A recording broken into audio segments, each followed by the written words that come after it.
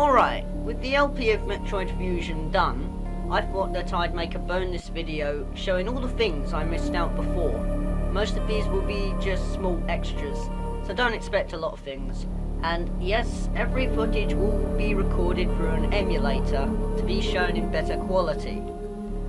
So enjoy the bonus video, and I hope you like what I have included. Okay, so first of all, I forgot to show this Easter egg hidden at the beginning of the game. You see the floating X on the other side of the wall?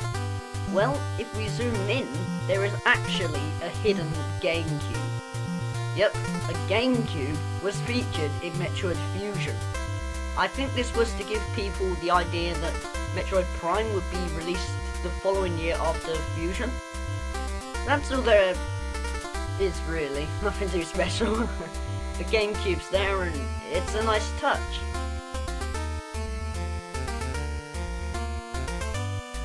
Next up, there is this secret move to pull off that plays in a similar way to Screw Attack. If you hold down the charge beam and jump into enemies, they'll get damaged, so it saves having to regain Screw Attack. I've even got evidence to show that I didn't release the fire button when charging. You just jump straight into enemies and they'll get damaged. When you fire normally in the air, you would stop doing flips and just descend, so there's proof that this trick works. So basically, screw attack.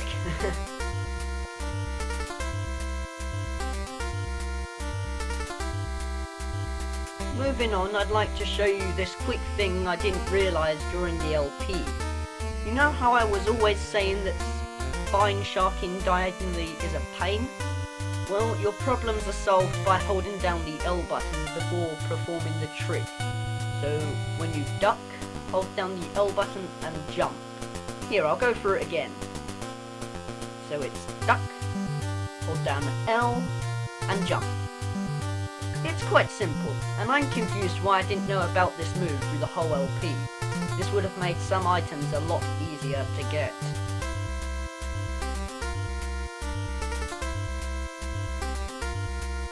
Also, you may have noticed that I've been calling the speed booster trick Spine Shark. Well, that's not what it's actually called. It's really called Shine Spark. So I'm sorry for getting the name of the trick mixed up so many times. It's got nothing to do with spine or a shark. So just remember, it's Shine Spark.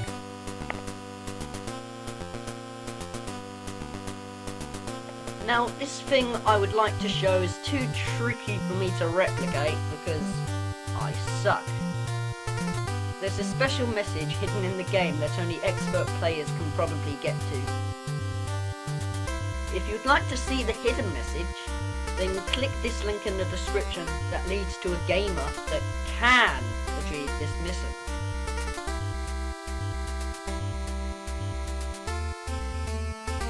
Fourthly, I also got another name wrong for an enemy in Metroid Fusion. Do you remember the third boss I fought in Sector 2? I thought this enemy was called Mr. Magneto. This name is a joke made by another YouTuber called Josh Jepson. So, the real name of this boss is called Zazabi. Or Zazabi, however you pronounce it. So, yes, I'm sorry for getting the enemy names wrong once again.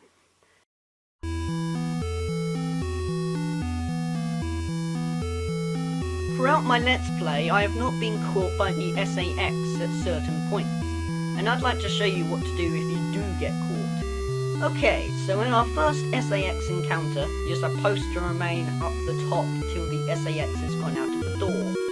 Well, if you do run up to the thing and get caught, you better get back up there again if you don't want to get destroyed. For some reason the SAX isn't smart enough to just blast the same blocks you shot to reach you.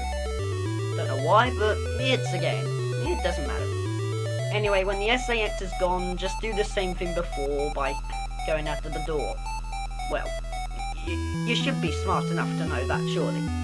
In the next encounter, you're supposed to stay below the floor till you hear the music of the SAX fade away. Or just wait till you hear the door open sound like I do. You even do this once the SAX has used a power bomb. So don't just run for it once the power bomb detonates if you do not want to get caught. the rules and dash into the monstrosity, then you're going to have to act fast and start running away from it. So you're in danger. In this room, just morphball through the hatch. And for some reason, this thing isn't smart enough to just do morphball as well. Come on, Sax. Come on. Oh. Don't do what I did just there. That was dumb. Anyway, just go out of the door and you'll escape from it.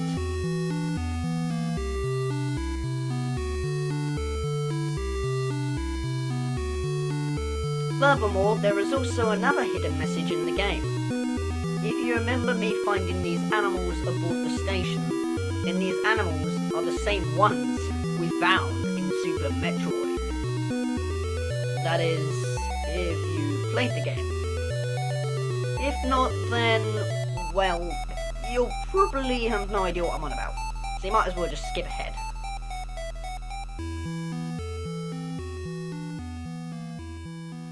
Anyway, aside from that, if we go down the elevator, a message will appear.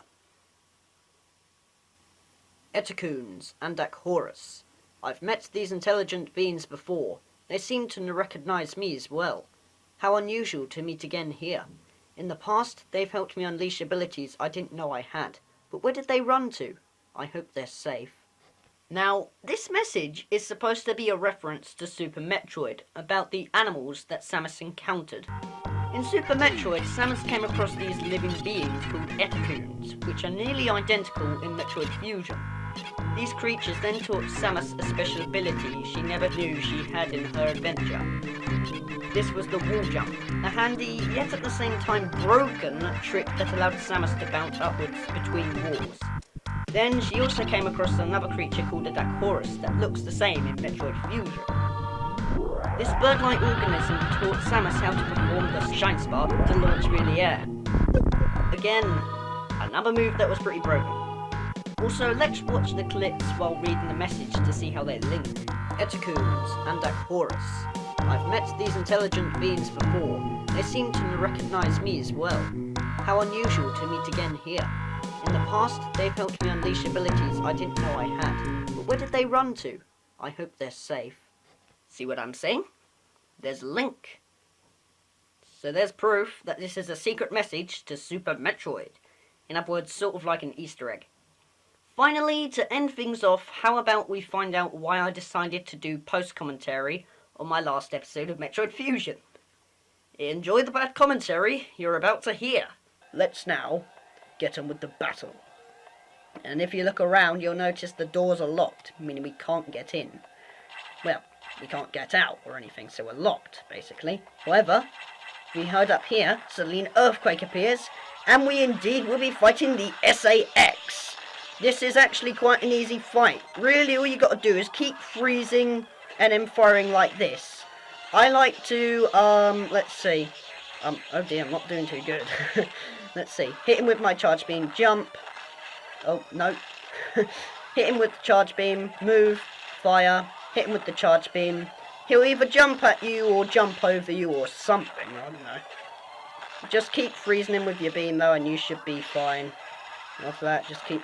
You don't even have to use your ice beam if you don't want. Actually, no, I might as well not. Let's see. Anyway, you are fading. I think he is anyway. Sorry if my commentary is lacking a bit here, but you do need to be concentrated to defeat this thing. Anyway, yeah, that's pretty much it. I really did not do well at all. I'm very disappointed in myself. Usually I have like at least 5 energy tanks when defeating this thing. But of course, due to me recording today, it's not much. And oh no, I don't like this bit. This thing appears, and this is the one that fires the beam, if you remember. So we want to be really careful at the moment, because I have like literally 27 HP left. If I get hit even once, I'm dead. But luckily, I survived. Alright, seriously, I agree. The commentary on that bit was ridiculous. Anyway, if we try and get it, suddenly it goes through the wall for some reason. But we'll figure out what that's about later. Anyway, aside from that, let's now head in this room and do what we do on every Metroid game. Let's blow up the planet! So yeah, we have 3 minutes to get back to our ship before, well, it self-destructs, because, yeah, Samus has to hit the switch on every single Metroid game. I mean, it happens on Super Metroid, the original Metroid. I think it pretty much happens on every single Metroid. The only one I think it doesn't happen on is Metroid 2, The Return of Samus on the Game Boy. Oh god, I'm such a nerd. Anyway, let's now head back to our ship. I think I know the way, so I won't be using the map. Oh, and I would say one thing. Don't waste your time recharging yourself in that room. Because, well, I'd rather say why later, because otherwise I'm going to give away a spoiler. Because, yeah, you think we're done, but we're not. We are indeed not finished with the game yet. So, we want to go down. And now go across here, and you'll notice all the things are destroyed. This does not look good. And now, when we go in here, there'll be this giant Metroid egg. Well, when we head back, it's the Omega Metroid! Oh, good grief, this thing's definitely nastier than last time. In case you're wondering, the first appearance that was from the final boss in Metroid 2. But I won't go on about that too much, because, well, this is a dramatic appearance, because, oh god, the SAX is here. Oh god, he's helping us. Oh my. So, yep, he sacrificed his life. Okay, now we are on to the final battle. Now we have, if I look at myself, hold on. Oh, no, not that one. Here is status. We now have the very own gravity suit, and we're back in our normal form, basically. If he hits you, if you just keep pressing up and down on the D-pad, you'll get back up in no time. So just do that, and it should be okay. So just keep doing that. This thing's pretty easy, as you can see. He's already turning blue. Just like in, you know, when you fight Ridley, if he turns red, it means he's close to dying. Just keep doing what I'm doing, and you should be fine. Because it's the quickest way, I think, as well. See? That's it, done. And we still have a minute left to get back to the ship. Okay, my commentary on the final battle was ridiculous. I was just going on about random stuff. Oh well. But that is it. That is the game. Metroid Fusion. 100% complete. Now, let's enjoy the ending.